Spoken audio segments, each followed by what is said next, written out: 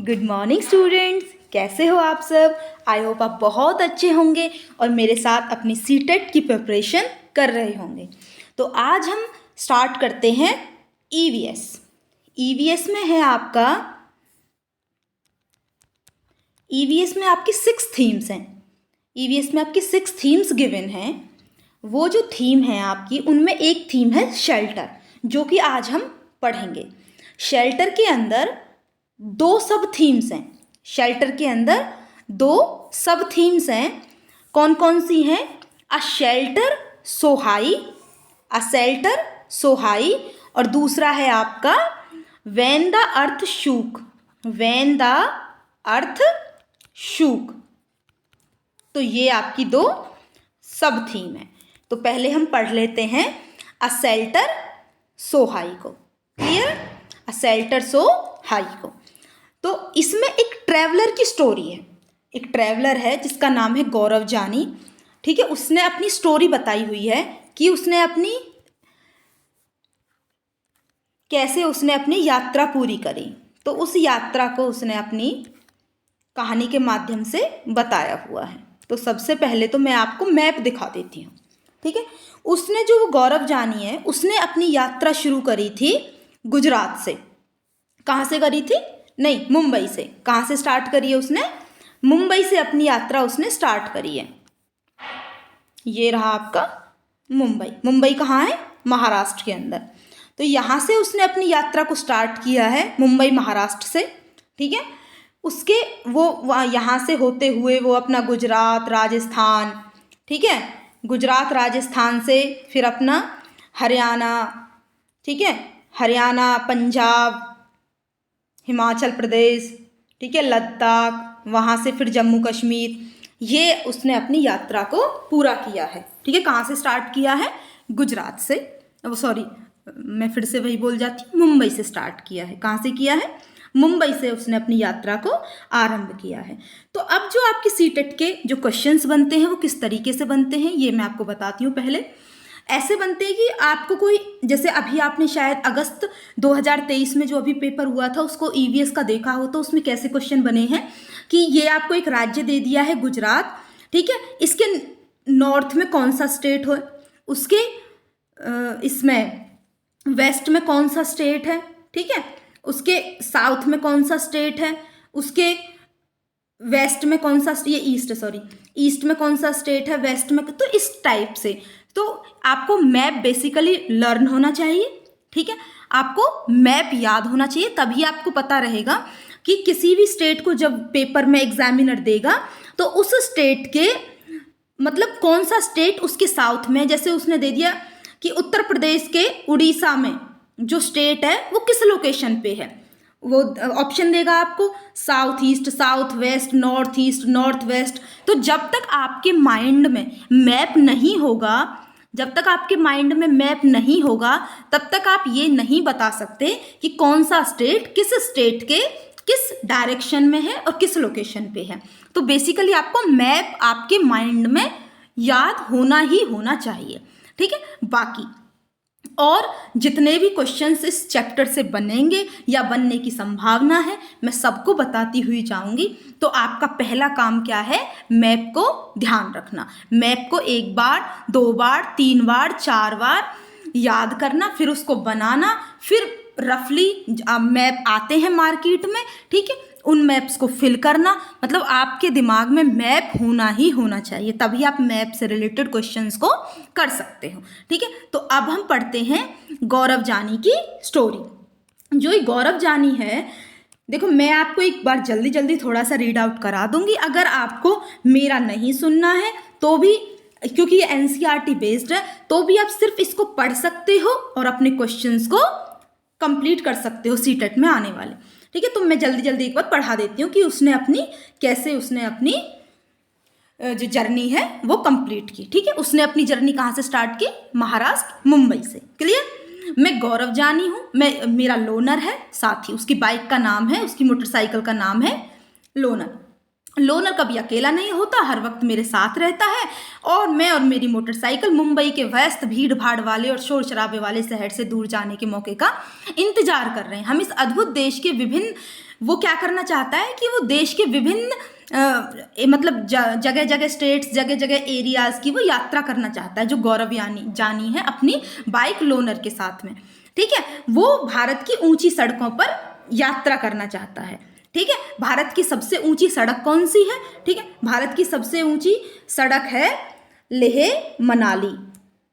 लेह मनाली, ये भारत की सबसे ऊंची सड़क है, लेह मनाली। ठीक है, और ये 4000 कुछ मीटर इसकी ऊंचाई है, 4000 समथिंग, 4000 से ज़्यादा है, 4600 के कुछ ऐसी ही इसकी ऊंचाई है। सबसे ऊंची सड़क है लेह मनाली। क्लियर? इस यात्रा में लगभग 2 महीने लगे। कहाँ से कहाँ तक की यात्रा में उसको 2 महीने लगे?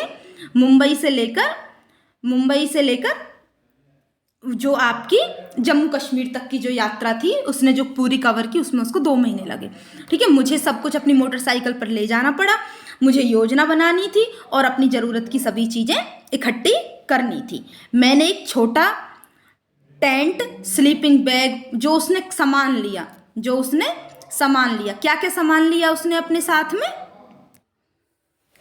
फिर वो उसने क्या किया, मतलब अपना ज़रूरत का सारा सामान लिया। ठीक है, उसने कैमरा लिया और पेट्रोल के एक्स्ट्रा डिब्बे भी ले लिए उसमें अपनी बाइक के साथ। ठीक है, मुंबई से निकल के फिर कहाँ, महाराष्ट्र, गुजरात और राजस्थान के छोटे गांव कस्बों से गुजरते हुए कहाँ पहुंच गए?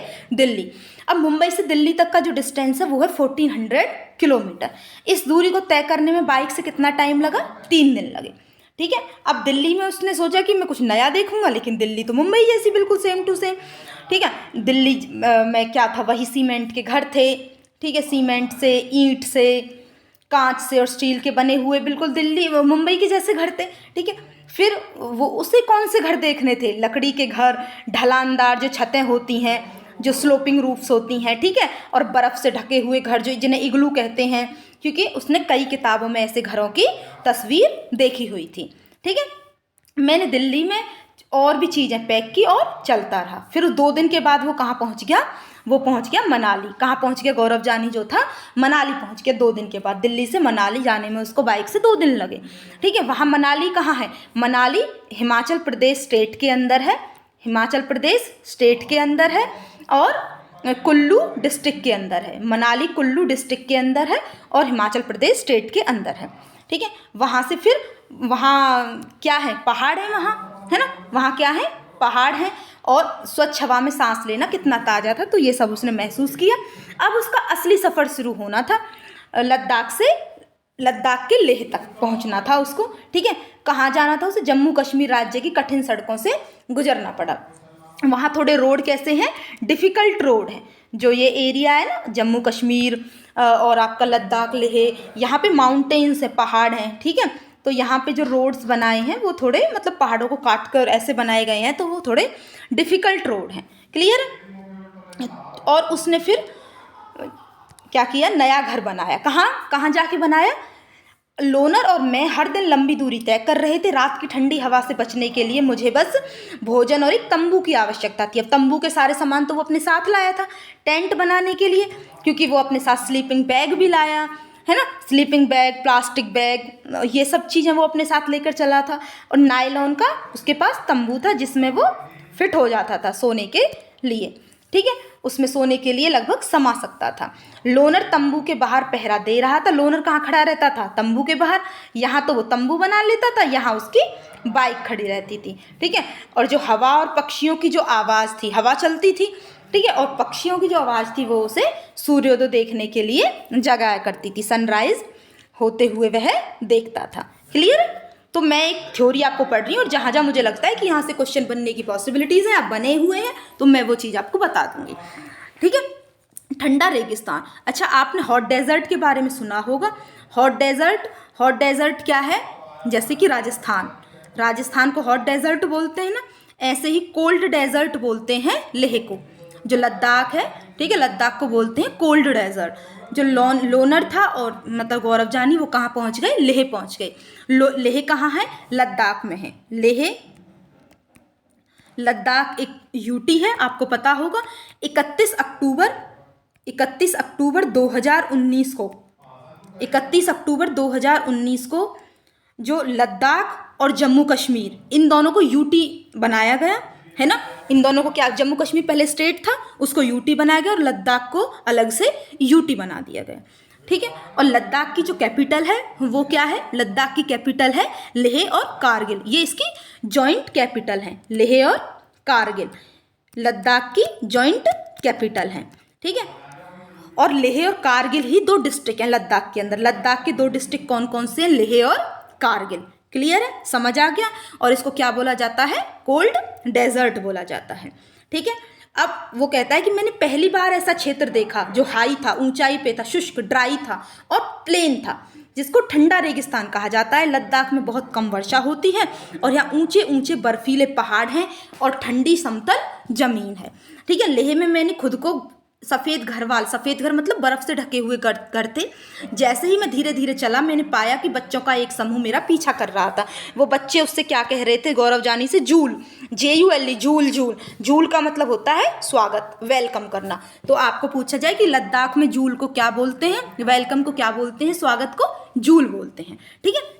अब एक बच्ची थी ताशी, अब एक बच्ची जो थी ताशी, वो गौरव जानी को अपने घर ले गई, ठीक है। उसका घर, अब वो बताएगा कि लद्दाख में घर कैसे होते हैं, घर कैसे बनते हैं, ठीक है। जो ताशी का घर था वो 2 मंजिला बना हुआ था। आपको ये सारी चीज़ें जो मैं पढ़ा रही हूँ आपके माइंड में होनी चाहिए। कैरेक्टर्स के नाम भी, गौरव जानी, लॉनर, मैंने अभी कैरेक्टर्स के नाम बताए, ताशी मैंने बच्ची का नाम बताया। तो आपके माइंड में स्टोरी भी होनी चाहिए। और जो मैं एक्स्ट्रा जो क्वेश्चंस बता रही हूँ कि किस स्टेट के कॉरेस्पॉन्ड या रिलेशन में कौन सा स्टेट है, किस डायरेक्शन में है, तो ये क्वेश्चंस भी आपके माइंड में होने चाहिए। जितने भी क्वेश्चंस इस सीटेट के लिए, इस चैप्टर में से, इस थीम में से, शेल्टर में से बनने की संभावना है, मैं आपको सारे, मुझ पर ट्रस्ट करिए और मैंने आपसे प्रॉमिस जो किया था, ठीक है, आपको ज़रूर इस सीरीज़ से बेनिफिट मिलेगा, ठीक है। तो इसके लिए आप चैनल साइंस मास्टर 0112 को सब्सक्राइब कर लीजिए और जो आपका बेल आइकन है उसको हिट कर लीजिए ताकि आपको नोटिफिकेशन मिल जाए जैसे ही मैं आपके लिए वीडियो अपलोड करूं, ओके। अब जो उसका घर था ताशी का, वो 2 मंजिला था, ठीक है। वो पत्थरों से बना हुआ था। कैसा था, लद्दाख में घर किससे बने हुए होते हैं, पत्थरों से और चूनों से। चून जो लाइम होता है ना, लाइम स्टोन, चूना होता है लाइम, उससे बने हुए थे, स्टोन से और लाइम से बने हुए थे, ठीक है। दीवारों पर मिट्टी और चूने की मोटी परत चढ़ाई गई थी। घर अंदर से एक छप्पर जैसा लग रहा था, गांव में बोलते हैं ना सार, छप्पर, ठीक है। तो उस टाइप से उसका घर लग रहा था, ठीक है, जिसमें ढेर सारी घास जमा थी, बहुत सारी घास उसमें जमा थी, है बोलते हैं घास, ठीक है।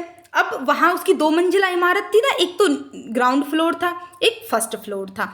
अब जो ग्राउंड फ्लोर था वो तो था जानवरों के लिए और उसमें कुछ उसके उनकी इम्पोर्टेंट थिंग्स स्टोर थी, ठीक है, कुछ आवश्यक चीज़ों के भंडारण थे।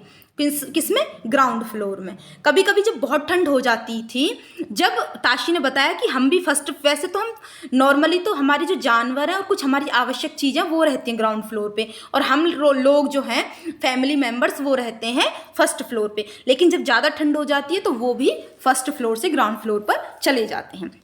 अब उसने क्या पाया कि जो ग्राउंड फ्लोर वाला था उस पर कोई विंडो नहीं थी, ठीक है। और छत को मजबूत बनाने के लिए जो, ताकि जो रूफ है वो मजबूत रहे, उसके लिए पेड़ों के तने, मोटे पेड़ों के तने का उपयोग किया गया था ताकि छत कैसी रहे, मजबूत रहे।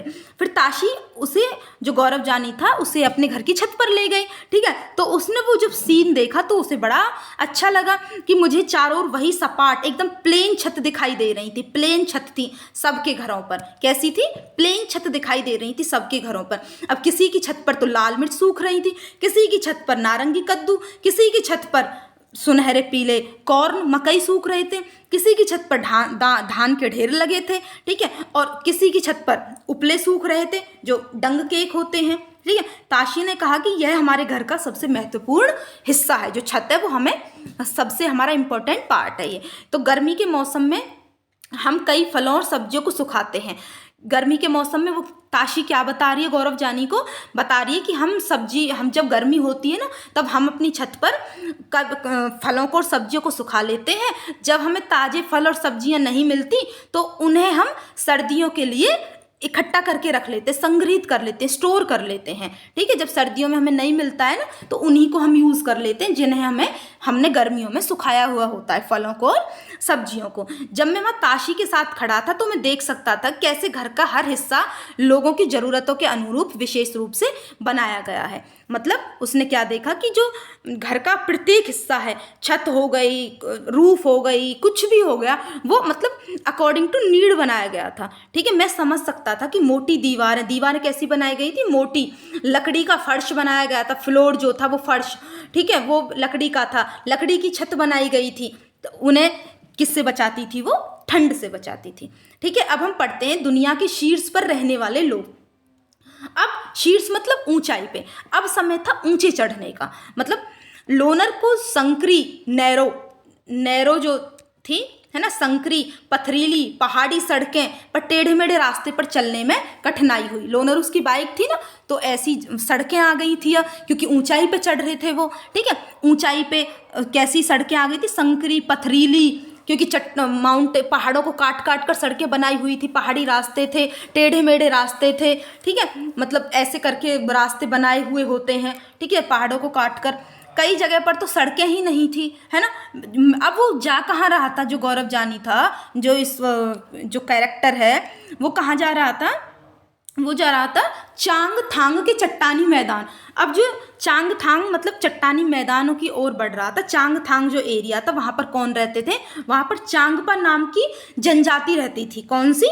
चांगपा नाम की एक ट्राइब थी, वो रहती थी चांगथांग वाले चट्टानी मैदानों में, जो रॉकी प्लेन एरिया था वहाँ पे। ठीक है, यह स्थान लगभग 5000 मीटर की ऊंचाई पर है, चांगथांग।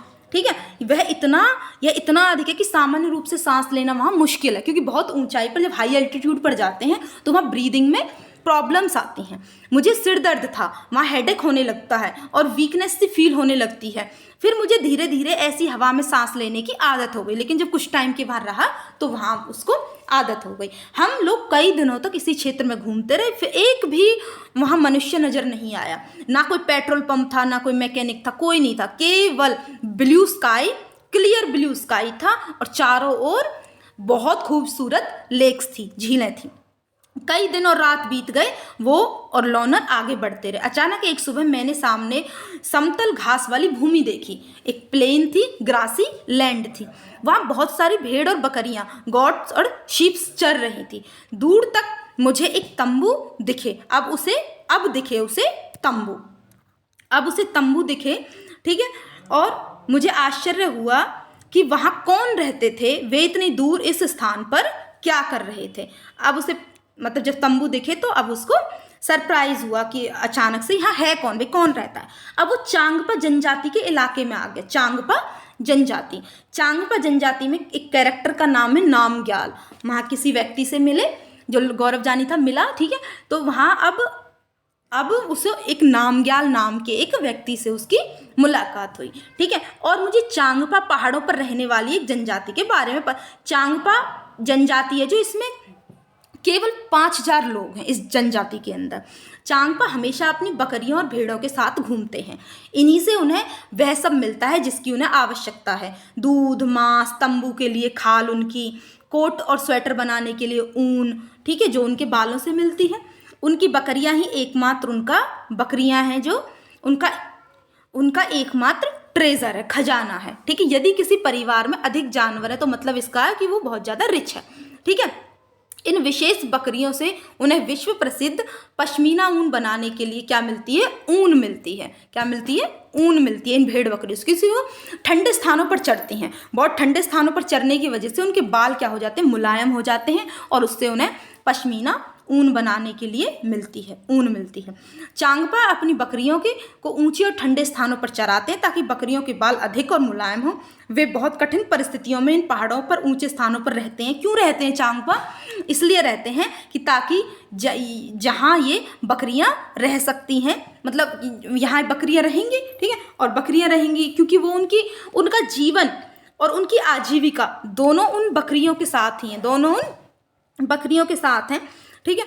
मैं अपनी मोटरसाइकिल पर अपना बहुत कम सामान ले जा रहा था, लेकिन चांगपा अपना सब कुछ अपने घोड़ों और याकों पर ले जाते हैं। चांगपा जनजाति जो होती है वो शिफ्ट करती रहती है, कभी यहाँ कभी यहाँ, तो वो अपने घोड़ों और याक पर अपने सामान को एक जगह से दूसरी जगह तक ढोते हैं। केवल 2-2.5 घंटे में अपने सामान को पैक किया और आगे बढ़ लिए। ठीक है, कुछ ही समय में उन्होंने चुनी हुई जगह पर अपना तंबू लगा लिया, सामान खुल गया और उनका घर तैयार हो गया।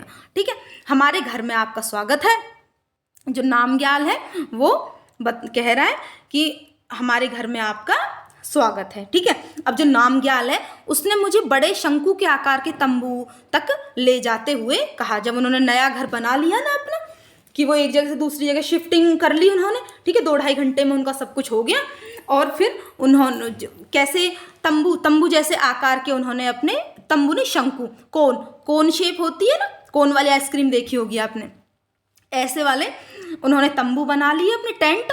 और अपने तंबू को क्या कहते हैं, चांगपा। जो चांगपा जनजाति के जो लोग हैं अपने तंबू को, अपने टेंट को क्या कहते हैं, रेबो। जहाँ वो रहते हैं उसको क्या कहते हैं, रेबो। याक के बालों को बुनकर क्या बनाई जाती हैं, पट्टियाँ। जो उनका तंबू है ना वो कैसे बनता है, जो याक के बाल होते हैं ना, याक इज़ एन एनिमल, और वो उसके जो बाल होते हैं उनसे बुनकर पट्टियाँ बनाते हैं। और फिर जैसे ये पट्टी बना ली बालों से, फिर ये पट्टी बना ली, ऐसे ही पट्टियों को बना के फिर उनको सिलाई कर देते हैं, बीच में से सिल देते हैं। ठीक है, ये तंबू जो होते हैं बहुत मजबूत और गर्म होते हैं और बर्फीली तेज हवाओं से बचाते हैं। मैंने देखा कि पट्टियाँ 9 डंडियों से कसकर बंधी हुई थी, इनके साथ में डंडी भी लगा देते हैं, 9 डंडी। ठीक है, और फिर जो तंबू है वो कैसे बनाया जाता है, जमीन को पहले खोदा जाता है, कम से कम 2 फीट तक जमीन को खोदा जाता है, 2 फीट तक जमीन को खोदा जाता है। और फिर कुछ जमीन के नीचे और कुछ जमीन के ऊपर वो तंबू लगाया जाता है। इसके चारों ओर जमीन के ऊंचे हिस्से पर तंबू लगा दिया जाता है। समझ आ गया। अब पश्मीना के बारे में पढ़ लेते हैं कि पश्मीना क्या है, पश्मीना कहाँ से मिलती है। जो पश्मीना जो ऊन है वो ऐसी भेड़ और ऐसी बकरियों से मिलती है जो बहुत ऊंचाई पर रहती हैं, लगभग 5000 मीटर की ऊंचाई पर पाई जाती हैं। ठीक है, उनके जो बाल होते हैं, बाल को बोलते हैं फर। क्या बोलते हैं, FUR, फर बोलते हैं उनके बालों को। ठीक है, तो उनके बालों से पश्मीना ऊन मिलती है। एक पश्मीना शॉल जो होती है वो 6 स्वेटर की जितनी गर्म होती है। ठीक है, बहुत पतला होता है ये, ठीक है, फिर भी बहुत गर्म है। जिन बकरियों से मुलायम पश्मीना ऊन इकट्ठा किया जाता है वे लगभग 5 मीटर की ऊंचाई पर पाई जाती हैं। सर्दियों में उस जगह का जो तापमान है वो -40 डिग्री सेल्सियस तक भी चला जाता है। ठीक है, बकरी के शरीर पर एक गर्म बालों का आवरण उग जाता है, कोट सा बन जाता है बकरी के शरीर पर, जिसकी वजह से उसको ठंड नहीं लगती है इतनी ऊंचाई पर। गर्मियों में बकरियों के बाल, जो उनको फर बोलते हैं, वो झड़ जाते हैं और ये बाल इतने बारीक होते हैं कि इनमें से 6 बाल बकरी के और आपका 1 बाल, इतना होता है। समझ आ गया। और एक शॉल बनाने में, जो शॉल आपको दिख रही है ना, इस एक शॉल को बनाने में लगभग 250 घंटे का टाइम लगता है। ठीक है, लगभग 250 घंटे का टाइम लगता है। और ये जो पश्मीना शॉल है ये मशीन से नहीं बनाई जाती है। ये किससे बनाई जाती है, इसे मतलब ह्यूमंस के द्वारा बनाया जाता है, मानव द्वारा इसे बनाया जाता है, क्योंकि मशीन से इतने पतले बाल के साथ शॉल नहीं बनाई जा सकती जितना पतला बाल ये जो बकरी का होता है। क्लियर है। जैसे ही हमने तंबू में कदम रखा मुझे एहसास हुआ कि मतलब उनके तंबू जो थे वो इतने ऊंचे थे कि एक इंसान सीधा खड़ा हो सकता है, और यह मेरे तंबू जैसा नहीं था। ठीक है, तंबू कैसा था, रेबो क्या था, उनके टेंट का नाम था। तो वो इतना बड़ा था जैसे मुंबई में फ्लैट होते हैं, इतना बड़ा था। इस बीच में इसमें क्या थे, ऐसे थे, मतलब जो टेंट था उनका, टेंट के बीच में 2 पोल लगे हुए थे लकड़ी के। क्या लगे हुए थे, 2 लकड़ी के खंभों द्वारा उसको खड़ा किया गया था तंबू को। अब जो चूल्हे से जो धुआं निकलता था, उनके तंबू के अंदर चूल्हा भी तो बना हुआ था, तो धुएं का एक अलग स्थान खुला स्थान था, मतलब ताकि चूल्हे से धुआं निकल सके, तो उसके लिए एक खुला स्थान था। अब जो नामग्याल था उसने बताया कि इस तंबू का डिजाइन 1000 साल से भी ज़्यादा पुराना है। तंबू ने चांगपास को अत्यधिक ठंड से बचाया है, मतलब ऐसा ही डिजाइन बहुत सालों से चला आ रहा है। ठीक है, ये हमें किससे बचाता है, ठंड से बचाता है। फिर वो कहाँ गया, जो था जो गौरव जानी श्रीनगर की ओर। ठीक है, श्रीनगर चल दिए जी। श्रीनगर है जो वो कहाँ है, वो है जम्मू कश्मीर के अंदर। कहाँ पे है, जम्मू कश्मीर। मैंने अभी बताया जम्मू कश्मीर क्या है, एक यूटी है सॉरी, जम्मू कश्मीर एक यूटी है। और वो जो 31 अक्टूबर 2019 को जो स्टेट से यूटी में, उसे स्टेट से यूटी में कन्वर्ट किया गया था। ठीक है, जम्मू कश्मीर की कैपिटल, 2 कैपिटल हैं जम्मू कश्मीर की। अगर समर की बात करें, ठीक है, समर में तो है इसकी श्रीनगर कैपिटल, श्रीनगर कैपिटल है समर में। ठीक है, श्रीनगर तो है समर में। और अगर विंटर की बात करें, विंटर में है जम्मू, विंटर में जम्मू कैपिटल है और समर में श्रीनगर कैपिटल है।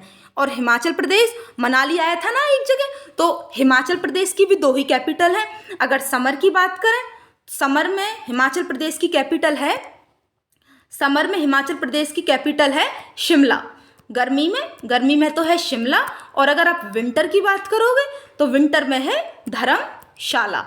विंटर में कौन सी कैपिटल है, धर्मशाला। समझ आ गया। तो जितने भी क्वेश्चंस मुझे लगते हैं मैं आपको बता रही हूँ। ठीक है, अब श्रीनगर की कहानी पढ़ते हैं। श्रीनगर, दुख की बात है, अब आगे बढ़ने का समय आ गया, मतलब चांग पास से बिछड़ने का समय आ गया। मेरी वापसी यात्रा मुझे दुनिया के इस विशेष शहरों की ओर ले जाएगी जो बिल्कुल अलग तरह के दिखते हैं। मतलब उससे सरप्राइज था कि भाई मुझे ऐसा भी कुछ देखने को मिलेगा। लेह से अलग रास्ता अपनाया।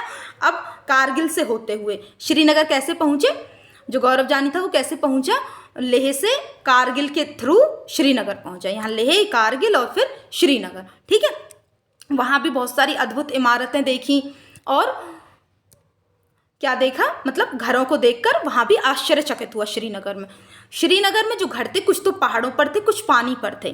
पानी में भी घर बने हुए थे, जो बोट थी ना उनके ऊपर। कुछ घर पहाड़ों पर, कुछ घर पानी में। बहुत सारी फोटोज़ ली और फिर यात्रा शुरू कर दी। मतलब इस तरह अलग अलग उसने वहाँ जलवायु के अनुरूप जो घर थे वो बने हुए थे। किसके अनुरूप, जलवायु के अनुरूप बने होते। अब वापसी का सफ़र स्टार्ट हो गया था। ठीक है, फिर से आगे बढ़ने का। अब श्रीनगर के बाद कहाँ, जम्मू। ठीक है, जम्मू में तो घर वैसे ही थे जैसे मुंबई में थे। वही सीमेंट से, ईंट से, स्टील से और कांच के बने हुए थे। घर बहुत ज़्यादा मजबूत थे, लेकिन वे उतने खास नहीं थे जितने कि श्रीनगर और लेह में देखने को मिले। ठीक है, लंबी यात्रा के बाद वो फिर से मुंबई पहुँचे और उनकी यात्रा खत्म हुई। समझ आ गया आपको। ठीक है, अब हम थोड़ा सा एक बार आप मैप को देख लीजिए कि कैसे कैसे स्टार्ट करी थी यात्रा। महाराष्ट्र, मुंबई से स्टार्ट करी थी। गुजरात के साथ में थोड़ा मध्य प्रदेश, राजस्थान। ठीक है, मतलब और आपका क्या क्या आया, ये आपका राजस्थान, दिल्ली। ठीक है, दिल्ली और उसके बाद आपका हिमाचल प्रदेश, ये हरियाणा, पंजाब, हिमाचल प्रदेश। ठीक है, और फिर आपका लद्दाख, फिर आपका जम्मू कश्मीर। तो इस तरीके से यात्रा शुरू हुई। तो मैप आपका फर्स्ट ये आपकी इम्पोर्टेंट नीड है कि आपको याद करना है, जरूर जरूर जरूर। ओके, तो जैसे जम्मू कश्मीर कहाँ पे है, वेस्ट में है। लद्दाख कहाँ पे है, ईस्ट में है। तो आज जब आप मैप को लर्न कर लो तो आपको ये सारी चीज़ें पता चल जाएंगी। जैसे पिछली बार ये क्वेश्चन आया हुआ था, मैं वो क्वेश्चन भी आपको बता देती हूँ। क्या था क्वेश्चन, था आपका ये कि बंगाल की खाड़ी, यहाँ आपको बंगाल की खाड़ी दिख रही है ना, ये बंगाल की खाड़ी दिख रही है आपको। ठीक है, बंगाल की खाड़ी के तटवर्ती मतलब किनारे से कौन सा स्टेट या यूटी लगता है। कुछ ऑप्शन दिए हुए थे, तो यहाँ पे देखो उड़ीसा भी लगता है। अगर इनमें से कोई ऑप्शन आता है, आंध्र प्रदेश भी लगता है, तमिलनाडु भी लगता है, इधर से वेस्ट बंगाल भी लगता है। तो उसमें कुछ आपको ऑप्शन, उड़ीसा तो था ही उसमें, आई थिंक ये बाकी नहीं थे। तो ये ही उसका आंसर होगा, मुझे कंफर्म नहीं है, पर मैं आपको बता देती हूँ कि बे ऑफ बंगाल के साथ कौन सा, ऐसा कुछ था एक क्वेश्चन। और एक क्वेश्चन ऐसा था कि गुजरात है आपका, और गुजरात के रिलेटिव कुछ स्टेट दिए हुए हैं, तो उनको बताना है वो किस डायरेक्शन में। तो मैंने आपको बता दिया, अगर कोई भी आपको स्टेट दिया है, ऐसे एक लाइन ड्रॉ करो। ऊपर आपका नॉर्थ है, नीचे साउथ है, इधर आपका वेस्ट हो गया, इधर ईस्ट हो गया। अब आपको मध्य प्रदेश का पूछे कि गुजरात के संदर्भ में मध्य प्रदेश कैसी लोकेशन पे, तो वो ईस्ट में है। समझ आ गया। और आपको अगर जैसे उड़ीसा का पूछे तो उड़ीसा थोड़ा सा नीचे है, तो वो कहाँ पे चला गया, साउथ ईस्ट में। कहाँ चला गया, साउथ ईस्ट में। वहीं आपको इसका तमिलनाडु का पूछा जाए तो वो साउथ में है, ठीक है, ये साउथ ईस्ट में है आपका उड़ीसा, ठीक। और तो इस टाइप से आपको क्वेश्चंस के रिप्लाई करने, तो मतलब आपको ये मैप लर्न करना है, समझ आ गया। अब इस थीम के अंदर जो शेल्टर जो आपकी थीम है, उस थीम के अंदर आपको एक और व्हेन द अर्थ शूक, ये भी एक सब थीम है, इसके अंदर 2 सब थीम है, मैंने पहले ही बताया था, तो उसको भी पढ़ लेते हैं। ये कब की स्टोरी है, ये स्टोरी, ये कहानी तब की है जब जो आपका ये है गुजरात में जो कच्छ है, गुजरात में जो कच्छ है उसके अंदर भूकंप आया था। गुजरात के कच्छ में भूकंप आया था 26 जनवरी 2001 को, 26 जनवरी 2001 को। तो ये जब की स्टोरी है, और इसमें जो कैरेक्टर का नाम है वो है जस्मा। क्या है? जस्मा। वो 11 साल की लड़की है, ठीक है। जब 26 जनवरी 2001 को सब गांव वाले स्कूल के मैदान में टीवी पर परेड देख रहे थे, तो उस टाइम क्या आया, धरती हिली। उस टाइम क्या हुआ, धरती हिली, ठीक है। तो तब की उसने पूरी अपनी स्टोरी बताई है कि कैसे कैसे जब ऐसी कोई प्राकृतिक आपदा हो जाती है, जैसे कोई अर्थक्वेक आ गया, भूकंप जिसे बोलते हैं, कोई वॉल्केनिक इरप्शन हो गया, जैसे लावा, ज्वालामुखी फटता है उसमें से लावा निकलता है, ठीक है, या फिर कोई फ्लड आ गई, बाढ़ आ गई, ठीक है। जब ऐसी कोई भी प्राकृतिक आपदा आ जाती है, सूखा पड़ जाए, तो लोगों को कितनी मतलब तकलीफ़ों का सामना करना पड़ता है। तो इस कहानी के माध्यम से यही बताया गया है। जस्मा जो कैरेक्टर है उसने एक्सप्लेन किया है इस कहानी को कि क्या क्या प्रॉब्लम्स होती हैं। मैं आपको थोड़ा सा अर्थक्वेक के बारे में बता देती हूँ। अर्थक्वेक क्या होता है? अर्थक्वेक का मतलब होता है धरती का हिलना। धरती के अंदर जो टेक्टोनिक प्लेट्स होती हैं, जब वो हिलने लगती हैं, मतलब जब वो शिफ्ट होने लगती हैं, तो तो अर्थ के अंदर मतलब शेकिंग होने लगती है अर्थ की। पृथ्वी क्या होती है, हिलने लगती है उस टाइम पे, जब उसके अंदर टेक्टोनिक प्लेट्स मतलब शिफ्ट होने लगती हैं। टेक्टोनिक प्लेट्स किससे बनी होती हैं? ब्लॉक से बनी होती हैं। और उन ब्लॉक को क्या बोला जाता है? उन ब्लॉक को बोला जाता है फॉल्ट। क्या बोला जाता है? फॉल्ट बोला जाता है, ठीक है। जब उनमें थोड़ी बहुत शिफ्टिंग मतलब थोड़ी बहुत हिलना उनमें स्टार्ट हो जाता है, ठीक है। अब जहाँ जो अर्थ की 4 कोर होती हैं, एक होती है इनर कोर, एक होती है आउटर कोर, ठीक है, एक होती है मेंटल और एक होती है क्रस्ट। चार ये अर्थ की क्या होती हैं? लेयर होती हैं अर्थ के अंदर। इनर कोर, आउटर कोर और मेंटल और क्रस्ट, ये 4 अर्थ की लेयर होती हैं, ठीक है। तो ये आपकी अर्थ की क्रस्ट हो गई, ये अर्थ की क्या हो गई? क्रस्ट हो गई, क्योंकि इसी के ऊपर तो रहते हैं जीव जंतु, पेड़ पौधे, सब क्रस्ट के ऊपर होते हैं।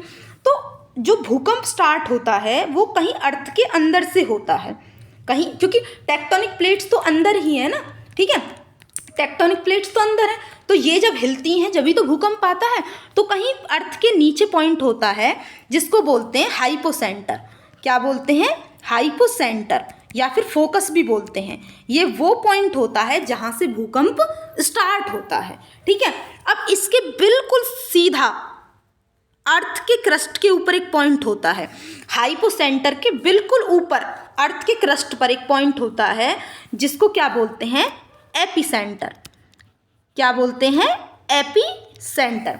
तो भूकंप स्टार्ट कहाँ से होता है? हाइपोसेंटर से। और भूकंप अर्थ पर जब पहुँचता है तो सबसे पहले किस पॉइंट पर पहुँचता है? एपिसेंटर पर पहुँचता है। कहाँ पर पहुँचता है? एपिसेंटर पर पहुँचता है। अब जो भूकंप की जितनी भी वर्डिंग आएंगी वो इस वाले वर्ड से स्टार्ट होंगी, सिस्मो, ठीक है। अगर भूकंप की स्टडी, अर्थक्वेक की स्टडी को कहते हैं सिस्मोलॉजी। जो भूकंप का जो रिकॉर्ड बनता है, ठीक है, वो बनता है, एक इंस्ट्रूमेंट होता है, उसे बोलते हैं सिस्मोग्राफ। एक पेपर लगा हुआ होता है, एक इंस्ट्रूमेंट होता है, उसके अंदर एक पेपर लगा हुआ होता है, ये एक पेपर है। उस इंस्ट्रूमेंट में एक पेन भी लटका हुआ होता है, ठीक है। तो जब भूकंप वाली जगह पर इसको रख दिया जाता है और इस पेन से इस पेपर के ऊपर एक ग्राफ ड्रॉ हो जाता है, एक ग्राफ बन जाता है जिसको कहते हैं सिस्मोग्राफ। तो उससे ये पता चलता है कि भूकंप की इंटेंसिटी कितनी है, कितनी हाई उसके अंदर सिस्मिक वेव है, क्योंकि वेव्स ही तो आती हैं। जब आपने कभी पानी में पत्थर फेंका होगा, नदी या तालाब के पानी में आप पत्थर फेंको तो ऐसी कुछ राउंड राउंड राउंड राउंड लहरें बन जाती हैं। तो ऐसी ही कुछ भूकंप में बनती हैं लहरें, तो उनको बोलते हैं सिस्मिक वेव। क्या बोलते हैं? Seismic wave. तो उनसे ही पता चलता है कि भूकंप की इंटेंसिटी क्या है, कितनी हाई है, कितनी स्लो है। समझ आया आपको? अब जो एक होता है रिक्टर स्केल, रिक्टर स्केल भी क्या करता है? भूकंप को मापता है। रिक्टर स्केल, जो साइंटिस्ट थे चार्ल्स रिक्टर, उन्होंने इस स्केल को दिया था, चार्ल्स रिक्टर। इस पर नंबरिंग होती है, इस पर क्या होती है? Numbering, 0 1 2 3 4 5 6 7 8 9 and so on. बहुत इस पर मतलब कोई अपर लिमिट नहीं, कितनी भी इस पर आपकी नंबरिंग हो सकती है। तो वो क्या बताता है कि जब मतलब 3 से ऊपर ऊपर जाता है, 4 5 6 7 8 9, इस टाइप से जब इंटेंसिटी होती है भूकंप की, तो जब बहुत ज़्यादा मतलब विनाश होता है, डिस्ट्रक्ट होता है, बहुत सारी चीज़ें टूटती हैं, इमारतें गिरती हैं, बहुत नुकसान होता है, ठीक है, ये सब रिक्टर स्केल बताता है।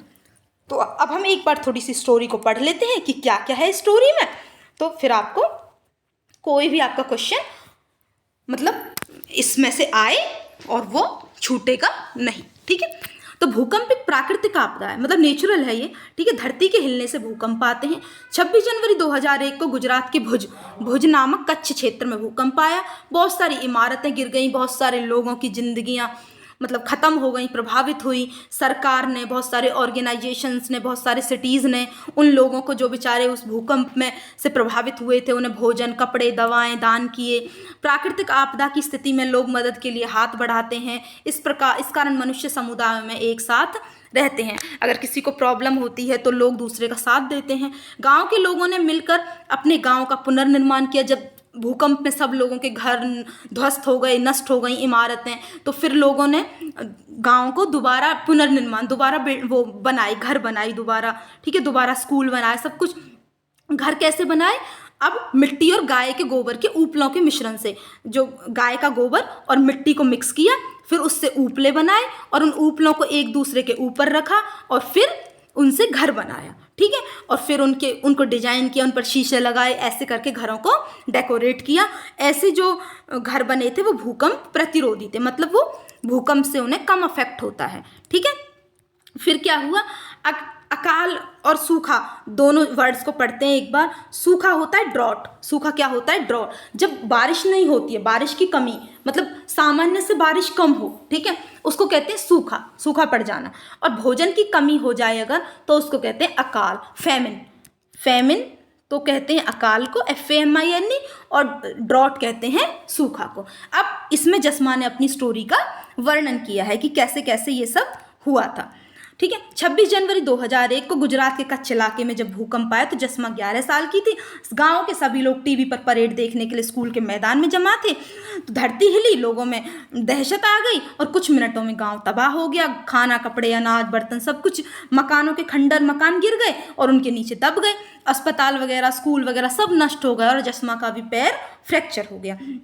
उस दिन 6 लोगों की मौत हो गई। लोगों के मन में एक ही बात थी, जो लोग घायल हैं उनका इलाज करना और खंडरों के नीचे फंसे लोगों को बचाना। जो जसमा के जो दादा थे, उनके घर भी घर के खंडरों के नीचे फंस गए थे। अब सभी लोग कहाँ गए? फिर जो गांव का सरपंच था, जो मोटा बापू के नाम से जिन्हें जाना जाता था, उनके घर में शरण ली, क्योंकि उनके घर को ज़्यादा नुकसान नहीं हुआ था। तो वहीं लोगों ने अपना खाना आपूर्ति की और वहीं गाँव की महिलाओं ने इकट्ठा होकर सब खाना बनाया और खाना खिलाया, ठीक है। तो इस टाइप से उन्होंने सब कुछ इस स्टोरी में बताया है, ठीक है। फिर जो आसपास के लोग थे, जो आसपास के गांव के जो लोग थे, ठीक है, शहरों से लोग आने लगे भोजन, दवाएं, कपड़े लेकर, ठीक है। और विभिन्न समूहों के लोगों ने उन्हें तंबू लगाया। फिर लोगों ने, घर तो उनके ख़त्म हो चुके थे, वैज्ञानिक भी आए, ठीक है, और वो उस एरिया की जांच कर रहे थे कि किन क्षेत्रों में भूकंप आने का खतरा अधिक है। तो जो इंजीनियर थे और आर्किटेक्ट जो थे, आर्किटेक्चर जो घरों के नक्शे वगैरह बनाते हैं, उन्होंने बताया कि घर कैसे बनाएं ताकि भूकंप आए तो घरों को ज़्यादा नुकसान ना हो। तो घरों के डिज़ाइंस के बारे में उन्हें बताया। फिर उन्होंने घर कैसे बनाए, लोगों ने घर बनाए, मिट्टी और गोबर के उपले बनाए और ऐसे उन्होंने घर बनाए ताकि भूकंप से ज़्यादा प्रभावित ना हो। समूहों ने गाँव के स्कूल का निर्माण किया, गाँव ने उनकी मदद लेकर गाँव का निर्माण किया। उन्होंने दीवारें बनाने के लिए उन जो उपले बनाए थे उन्हें एक के ऊपर एक रखा, फिर दीवारों पर सफ़ेदी की, सुंदर डिजाइन बनाए उन पर, फिर छोटे छोटे शीशे लगाए उनके ऊपर, ठीक है। और घर की जो छत थी वो किससे बनाई? फूस से, ठीक है। भूकंप के दौरान अब क्या करना चाहिए, क्या क्या सावधानियां आपको उस टाइम लेनी चाहिए? अगर आपको कभी भी भूकंप के झटके महसूस हो तो या तो किसी मेज के नीचे या किसी फर्नीचर के नीचे, ठीक है, आपको छिपना चाहिए। छिप जाओ और तब तक रुको वहाँ जब तक धरती मतलब जो वो है सरफेस वो हिलना बंद ना हो जाए, झटके बंद ना हो जाए। यदि आपके पास कोई टेबल या डेस्क नहीं है जिसके नीचे आप छिप सको तो सिर्फ अपने चेहरे को और सिर को अपनी बाहों से ढक लो, ठीक है। और इमारत के अंदर एक कोने में मतलब छुप जाओ, बैठ जाओ, झुक के बैठ जाओ, ठीक है। कांच, खिड़कियों, बाहरी दरवाजों और दीवारों और किसी भी ऐसी चीज़ से दूर रहें जो गिर सकती है, ठीक है। जैसे कोई फर्नीचर है, जैसे कोई अलमीरा रखी है, अगर आपको लग रहा है कि ये भाई धरती हिलेगी तो ये गिर सकती है तो उससे दूर हो जाओ। भूकंप आने पर अगर आप बिस्तर पर हो तो वहीं रहें, ठीक है। अपने सिर को सिर्फ तकिए से सुरक्षित कर लो और जब तक कि आप किसी प्रकाश उपकरण के नीचे ना हो, मतलब ऐसा किसी के नीचे मत हो जो गिर सकता है, ठीक है। शोध से पता चला है, सर्वे के अनुसार, कि ज़्यादातर चोटें तब होती हैं जब इमारतों के अंदर के लोग इमारत के अंदर किसी अलग स्थान पर जाने का प्रयास करते हैं या वहाँ से निकलने की कोशिश करते हैं, तब ज़्यादा चोटें लगती हैं। अब सूखा और बाढ़ के बारे में पढ़ते हैं, ड्रॉट एंड फ्लड। ये क्या है? या तो ये अचानक दुर्घटना या प्राकृतिक आपदा है जो बड़ी क्षति या जीवन की हानि का कारण बनती हैं। जब भोजन की अत्यधिक कमी हो तो अकाल कहा जाता है, और अगर सामान्य वर्षा से कम वर्षा हो, ठीक है, असामान्य रूप से कम वर्षा होने के कारण पानी की कमी को सूखा कहा जाता है। सूखा स्वच्छता, वायु गुणवत्ता और स्वच्छता, भोजन और पोषण पर प्रभाव डालता है।